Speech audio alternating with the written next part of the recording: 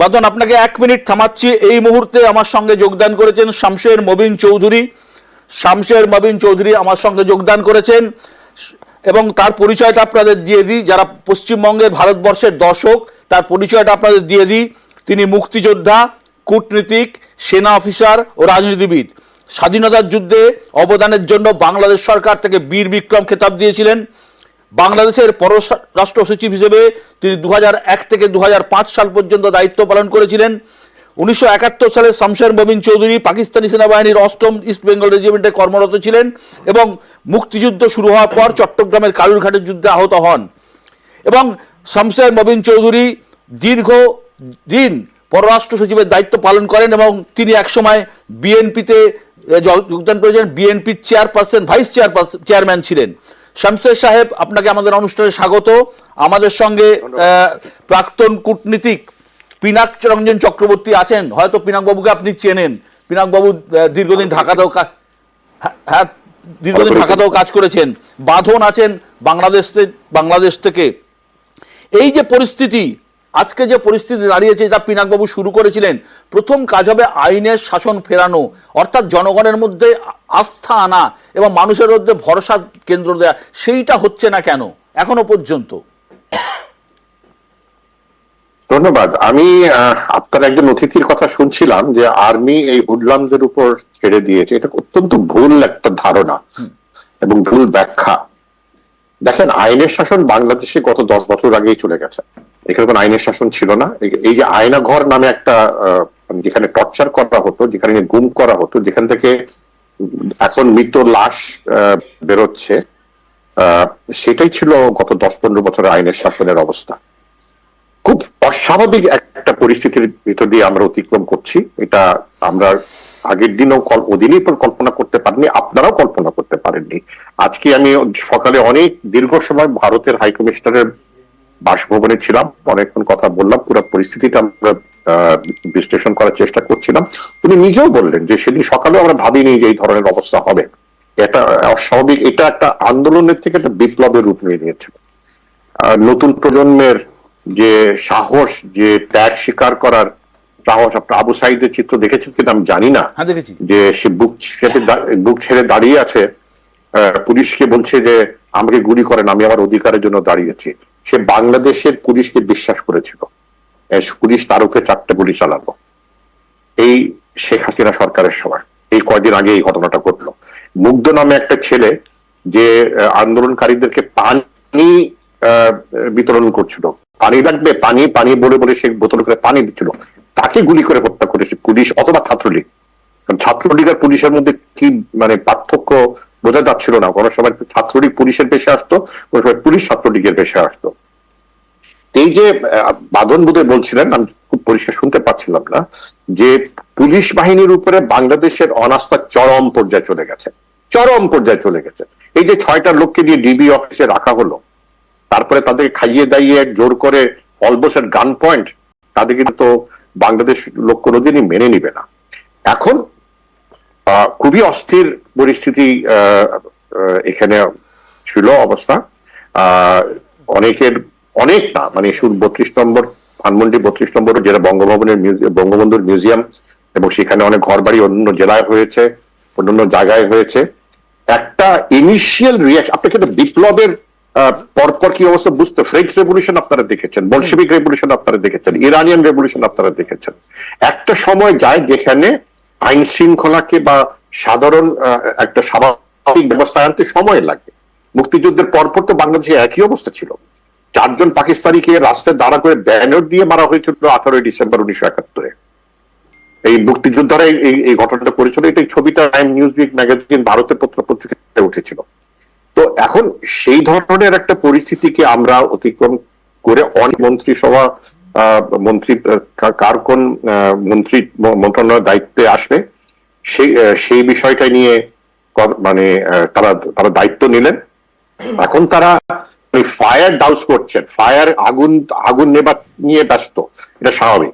আমি কালকে রাতে ব্রিগেডিয়ার সাখাওয়াত হোসেন, আমার বন্ধু মানুষ, তিনি অন্তর্বর্তী সরকারের একজন উপদেষ্টা এবং তাকে দায়িত্ব দেওয়া হয়েছে স্বরাষ্ট্র মন্ত্রণালয়, এবং ব্রিগেডিয়ার সাখাওয়াত একজন দক্ষ মানুষ। উনি যে কথাটা কালকে রাতে বলেছেন এটা খুবই প্রাসঙ্গিক।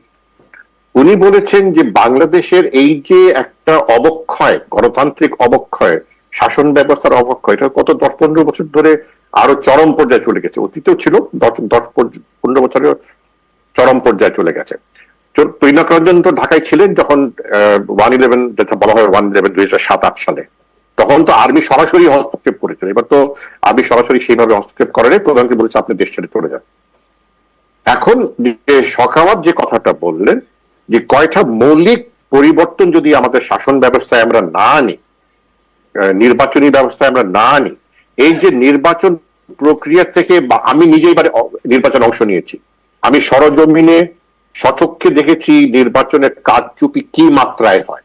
7%, আপনারা বললেন 40%, অনেকে ভারতে বলছেন 40% ভোট পড়ছে, 7-10% ভোট পড়ছে না সন্দেহ আছে। আমার এলাকায় আমি নিশ্চিত করে বলতে পারবো যে 8-10% বেশি ভোট পড়েনি। দেখানো হয়েছে 25% ভোট পড়েছে। 3:30 পর্যন্ত ভোটার কেন্দ্র খালি, হঠাৎ দেখা যায় 4টার সময় 25% ভোট পড়েছে। এই যে সাজানো নির্বাচন, একটা নির্বাচনের ফলাফল, 1970-এর নির্বাচনের ফলাফল পাকিস্তানের সামরিক বাহিনী, সামরিক সরকার অস্বীকার করেছিল বলে দেশ ভাগ হয়ে গেল। আমরা মুক্তিযুদ্ধে আমি তখন মুক্তিযুদ্ধে পাকিস্তান সেনাবাহিনীর সদস্য ছিলাম। পাকিস্তান সেনা সদস্য হয়েছে, পাকিস্তানের বিরুদ্ধে আমরা বিদ্রোহ ঘোষণা করলাম 25শে মার্চ বঙ্গবন্ধুর নেতৃত্বে। এখন বিষয়টা হচ্ছে যে এই একটা হলো যে উনি বললেন যে এই নির্বাচন প্রক্রিয়ার উপরে আস্থা ফিরিয়ে আনতে হবে। সেটা করতে হলে ভবিষ্যতে আমি মনে করি দীর্ঘ বছর ধরে সকল সংসদীয় নির্বাচন একটা অন্তর্বর্তী নিরপেক্ষ নির্দলীয় সরকারের অধীনে করতে হবে, তাহলে ভোটারদের আস্থা ফেরত আসবে। আমি যখন ভোটারদের কাছে এবার যেতাম এই জানুয়ারি মাসে, ওরা বলতো স্যার আপনাকে তো আমরা ভোট দিতে রাজি আছি, কিন্তু আমার ভোটটা তো অন্য জায়গায় চলে যাবে। ভোটারের আস্থা নেমে আসে। আমাকে আমার কথা শেষ করতে দেন। দ্বিতীয়ত, তারা ভাবছে যে প্রপোর্শনাল রিপ্রেজেন্টেশন, যেটা শ্রীলঙ্কাতে আছে, যেটা বোধ করি নেপালও আছে, যে প্রপোর্শনাল রিপ্রেজেন্টেশন, আমাদের হচ্ছে winner tax all, zero sum game. যে জিতলো সে সব পেলো, যে হারলো তার ভবিষ্যৎ শেষ, তার রাজনীতি শেষ। সে জেলে 3 থেকে 4 বছর কাটালো মিথ্যা আইন দিয়ে, মিথ্যা মামলা দিয়ে তাকে, আমি নিজে মিথ্যা মামলা শিকার হয়েছি 1বার না 2বার না 3বার না 4বার। তো এটা, এই বিষয় থেকে বেরিয়ে আসতে হলে আমাদেরকে একটা মৌলিক কিছু সংস্কার আমাদের প্রয়োজন। ভারতে সেই সংস্কার প্রয়োজন, কারণ ভারতে কিন্তু আপনার দীর্ঘদিন ধরে একটি নির্বাচন প্রক্রিয়া চলে আসছে যার উপরে ভোটারদের আস্থা আছে, যেটা সর্বশেষ গণতন্ত্র আছে। তো এখন সেই বিষয়গুলোকে আমাদের প্রপোর্শনাল রিপ্রেজেন্টেশনের, যাতে এক দল, কোন একটি দল যে এমন একটা নিরঙ্কুশ পেল যে become the tyranny of the majority, সেটা যেন না হয়। এই টিরেনি অফ দি মেজরিটিতে আমরা ভুগছি গত অনেক বছর ধরে। বিএনপি সময় বিএনপি করেছিল, আওয়ামী লীগে গত 10-15 বছরে চূড়ান্ত পর্যায়ে নিয়ে গেছিল। শামসুর সাহেব, আপনি আমাকে একটা জিনিস বলুন যে নতুন প্রধানমন্ত্রী বা প্রধান উপদেষ্টা হিসেবে মোহাম্মদ ইউনূসের প্রধান চ্যালেঞ্জ কি এই মুহূর্তে? আইন শৃঙ্খলা নিশ্চিত করা, মানুষের নিরাপত্তা নিশ্চিত করা, একই সাথে তাদের দিনে 24 ঘন্টা নয়, দিনে 25 ঘন্টা কাজ করতে হবে, দিনে 48 ঘন্টা কাজ করতে হবে।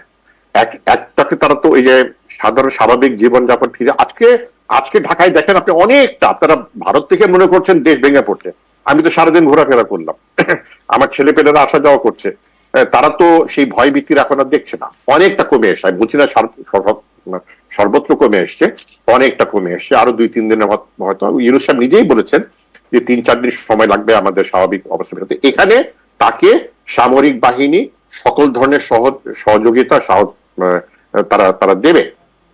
এটা সামরিক সরকার নয়, এটা সম্পূর্ণ একটি অন্তর্বর্তীকালীন সরকার, ডক্ট্রিন অফ নেসেসিটির অধীনে তারা ক্ষমতায় বসেছে, তারা ক্ষমতা না রাষ্ট্র পরিচালনার দায়িত্বে বসেছে, এবং তাদেরকে সামরিক বাহিনী এবং একই সাথে পুলিশরা কিন্তু তাদের থানায় ফেরত আসা শুরু করেছে। আজকে কম হলো 25-30% থানায় পুলিশরা তারা জয়েন করেছে, এবং তাদেরকে জয়েন করতে মানে উৎসাহিত করা হচ্ছে, ছাত্ররাই বলছে যে আমরা। আরেকটা কথা মনে রাখবেন, আমি আমি উৎসাহিত হলাম, খুব উজ্জীবিত হলাম, আজকে বিকালে আমাদের টেলিভিশনে দেখছিলাম কোন একটা কলেজ বা ইউনিভার্সিটির ক্যাফেটেরিয়া বসে ছাত্রছাত্রীরা একসাথে খাচ্ছেন, তাদেরকে জিজ্ঞেস করা হলো যে তোমরা কি দেখতে চাও ভবিষ্যতে, তারা বললো আমরা ভবিষ্যতে দেখতে চাই শিক্ষা অঙ্গনে প্রত্যেকটি শিক্ষা প্রতিষ্ঠানে কোনো ধরনের ছাত্র রাজনীতি থাকবে না। আমরা ছাত্রলীগও দেখতে চাই না, ছাত্র দলও দেখতে চাই না। এই যে এই যে কথাটা বলার সাহস তারা আজকে পাচ্ছেন। ছাত্র দল যখন এখানে আধিপত্য করতো তখন তারা বলে সাহস পেতেন না, ছাত্র দলকে ভয়, ছাত্রলীগের সময় তো আরোই পেতেন না। আমাকে একটা জিনিস বলেন, একটা সরকার যদি একটা ছাত্রছাত্রীরা শিক্ষার্থীরা আন্দোলন করে, কি করে একটা দলের মহাসচিব বলেন আমার যুবলীগই যথেষ্ট এই দেখে দমন করা? কেন যুবলীগ হবে কেন? ওরা পুলিশ নাই? উনি পুলিশকে বাদ দিয়ে যুবলীগকে ছেড়ে দিলেন, হাতে রামদাও চাপাতি দিয়ে তারা মানুষকে হত্যা করছে, পিটিয়ে মারছে, মেয়েদেরকে রাস্তায় শুয়ে পিটিয়ে মারছে। ঠিক, আমি পিনাক সাহেবের কাছে আসবো, পিনাক রঞ্জন চক্রবর্তীর কাছে আসবো। হ্যাঁ, পিনাক রঞ্জন বাবু, আপনি বলুন, যে ভরসাটা শামশেদ সাহেব রাখছেন এই ইউনুস সাহেবের ওপর, এবং তিনি বলছেন যে তার প্রধান কাজ হচ্ছে শান্তি শৃঙ্খলা আইনের শাসন ফেরানো এবং তার পরবর্তীকালে আস্তে আস্তে আস্তে আস্তে জনগণের আস্থা ফিরিয়ে আনা। আপনি তো দীর্ঘদিন বাংলাদেশে কাজ করেছেন, থেকেছেন, যে আপনি কি মনে করছেন যে এটা ফেরানো খুব সহজ হবে? এইরকম একটা পরিস্থিতির সময় আপনি ওখানে রাষ্ট্রদূত ছিলেন 2008 সালে সম্ভবত, যে আপনি যে বাংলাদেশ আগে দেখেছেন এখন যা দেখছেন টিভির পর্দায় বা যা তথ্য সংগ্রহ করছেন, কি কি পার্থক্য চোখে পড়ছে? একটা জেনারেশনাল চেঞ্জ হয়েছে। স্টুডেন্টরা এখন তাদের নিজেদের পাওয়ার যে দেখিয়েছে, এটাতে ওটা ডিফারেন্ট ছিল। 2007-2008-এ ওটা ছিল বিএনপি আর আওয়ামী লীগের মারামারি, আর সেটা কেওটিক সিচুয়েশন যখন হলো তখন নতুন একজন আর্মি মুভ ইন করে নতুন একটা কেয়ারটেকার সরকার বানালো, তখন ব্যাপারটা তখন শান্ত হলো।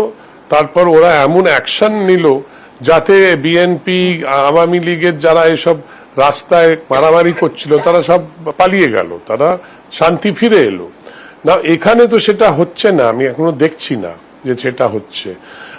তো এখন জানি না ওরা কতদূর এটা করতে পারবে, but they have to decide very quickly. কেন এরকম ভাবে যদি আইন শৃঙ্খলা মানে এরকম একটা লিম্বোতে চলে যায় তাহলে তো খুব মুশকিল দেশের জন্য। মানুষ সব স্কুল কলেজ বন্ধ, এভরিথিং ইজ ক্লোজড। তো নর্মালসি আনার জন্য they have to work very hard. Now professor Yunus is a very well respected person, আমি ওনাকে চিনি পার্সোনালি। উনি, ওনার বয়স হয়েছে, হি ইজ 84 years old. উনি is not a professional politician, is an economist. আর তো উনি এই জিনিসটাকে যে মানে হেড করছে, অবভিয়াসলি তার সাথে অনেকজন আছে যারা প্রফেশনাল অ্যাডভাইস দিতে পারবে, ব্যুরোক্র্যাটস আছে, আর্মির লোকেরা আছে। তো ওখানে একটা মানে they have to move quickly to establish order, নাহলে তো মানে দেশটাকে যে আবার নিজের পায়ে দাঁড়াতে হবে, এটা তো মানে সম্ভব হবে না। আমি আসছি শামশেদ সাহেবের কাছে। শামশেদ সাহেব, আপনি আমাকে একটা কথা বলুন, যে বিএনপির কিছু নেতা আওয়ামী লীগকে নিষিদ্ধ করার দাবি তুলছে, এটার সঙ্গে আপনি সহমত? কারণ একটা নির্বাচনে যেতে গেলে বা মানে সেই অর্থে শান্তি ফিরিয়ে আনতে গেলে, ভবিষ্যতের একটা ঠিকঠাক বাংলাদেশ গড়তে গেলে তো বহুদলীয় গণতন্ত্র থাকা জরুরি। বহুদলীয় গণতন্ত্র তো আওয়ামী লীগই এই দেশ থেকে বিলুপ্ত করে দিয়েছিল বলতে গেলে। তবে বিএনপির যে এই দাবি, এটা সম্পূর্ণ অমূলক, সম্পূর্ণ অযৌক্তিক, সম্পূর্ণ অগণতান্ত্রিক। এটা কোনোভাবেই আমি এটা সমর্থন করতে পারি না। সকলকেই নির্বাচনে অংশ নিতে হবে, যেটা আওয়ামী লীগই বন্ধ করে দিয়েছিল যে পথটা, সেটা থেকে ফিরে আসতে হবে। অবশ্যই আওয়ামী লীগ নির্বাচনে অংশ নেবে, কেন আওয়ামী লীগ নির্বাচনে অংশ নেবে না? বড় দল, একটা প্রাচীন দল, বাংলাদেশের স্বাধীনতা যুদ্ধে তারা একটা বিশাল ভূমিকা রেখেছে। তাজউদ্দিন সাহেব ছিলেন তখন বাংলাদেশের প্রধানমন্ত্রী, পিনাক সরকারের নানা ধরনের সাহায্য এবং সহযোগিতা আমরা পেয়েছি। তো সেটাই হলো বাংলাদেশ। এখন আমাদের অনেক ফ্লাকচুয়েশন হয়, নিঃসন্দেহে ফ্লাকচুয়েশন হয়। সেই ফ্লাকচুয়েশন এর মধ্যে এই প্রথম না, আমরা বিভিন্ন সময় বিভিন্ন ধরনের সংকটের মোকাবেলা আমাদেরকে করতে হয়েছে। এখান থেকে আমরা বেরিয়ে আসবো, তবে সব দল অংশ নিতে হবে। সেই পরিস্থিতি, সেই পরিবেশ সৃষ্টি করার দায়িত্ব প্রফেসর ইউনূসের, এই অন্তর্বর্তীকালীন সরকারের। তাতে যদি সংবিধানের কিছু সংশোধনী আনতে হয়, অবশ্যই তিনি আনবেন, অর্ডিন্যান্সের মাধ্যমে আনতে পারে, তারপরে সেটা পার্লামেন্টে নিয়ে বৈধতা দিতে পারে। আমি